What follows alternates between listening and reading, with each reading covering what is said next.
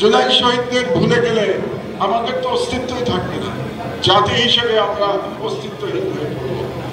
শহীদ পরিবারকে মনে রাখার সর্বোত্তম পন্থা হচ্ছে এমন একটি রাষ্ট্র নির্মাণ করা যে রাষ্ট্রে আরেকটি ফ্যাসিবাদ যেন উঠে আসতে না পারে। আমাদের শহীদ পরিবারের আজকে এখানে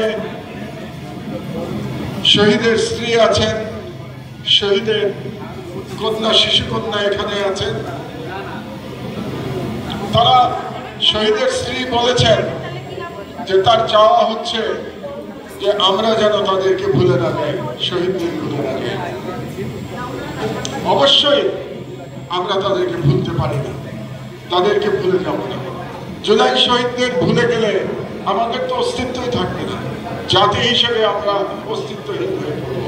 কাজে আমরা কিভাবে শহীদ পরিবারকে ভুলে যেতে পারি? কিন্তু আমি মনে করি শহীদ পরিবারকে মনে রাখার সর্বোত্তম পন্থা হচ্ছে এমন একটি রাষ্ট্র নির্মাণ করা যে রাষ্ট্রে আরেকটি ফ্যাসিবাদ যেন উঠে আসতে না পারে। যদি আমরা সেরকম রাষ্ট্র নির্মাণ না করতে পারি তাহলে শুধুমাত্র মুখের কথায় তাদেরকে স্মরণে রেখে কোনো লাভ হবে। আমরা যদি সেরকম একটি রাষ্ট্র নির্মাণ করতে পারি তাহলে পরে শহীদদের প্রকৃত আমরা শ্রদ্ধা জ্ঞাপন করতে সক্ষম হব।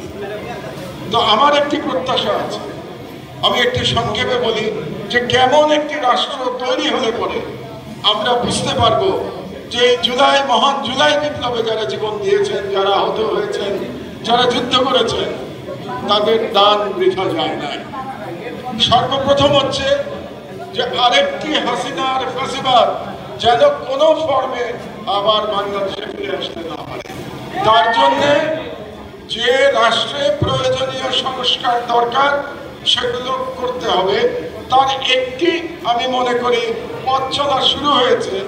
আমরা শুনতে পেরেছি যে সকল রাজনৈতিক দল 2 টার্মের বেশি প্রধানমন্ত্রী থাকবেন না কিংবা 10 বছরের বেশি প্রধানমন্ত্রী থাকবেন না, এ ব্যাপারে তারা ঐক্যমত পোষণ করেছেন। এটা একটা প্রাথমিক ধাপ। কারণ যে মুহূর্তে একজন মনে করবে যে আমি আজন্ম প্রধানমন্ত্রী থাকতে পারবো, আমি আজন্ম শাসক থাকতে পারবো, সেই মুহূর্তে আবার নতুন করে ফ্যাসিবাদের তৈরি প্রেক্ষাপট তৈরি হয়ে যাবে।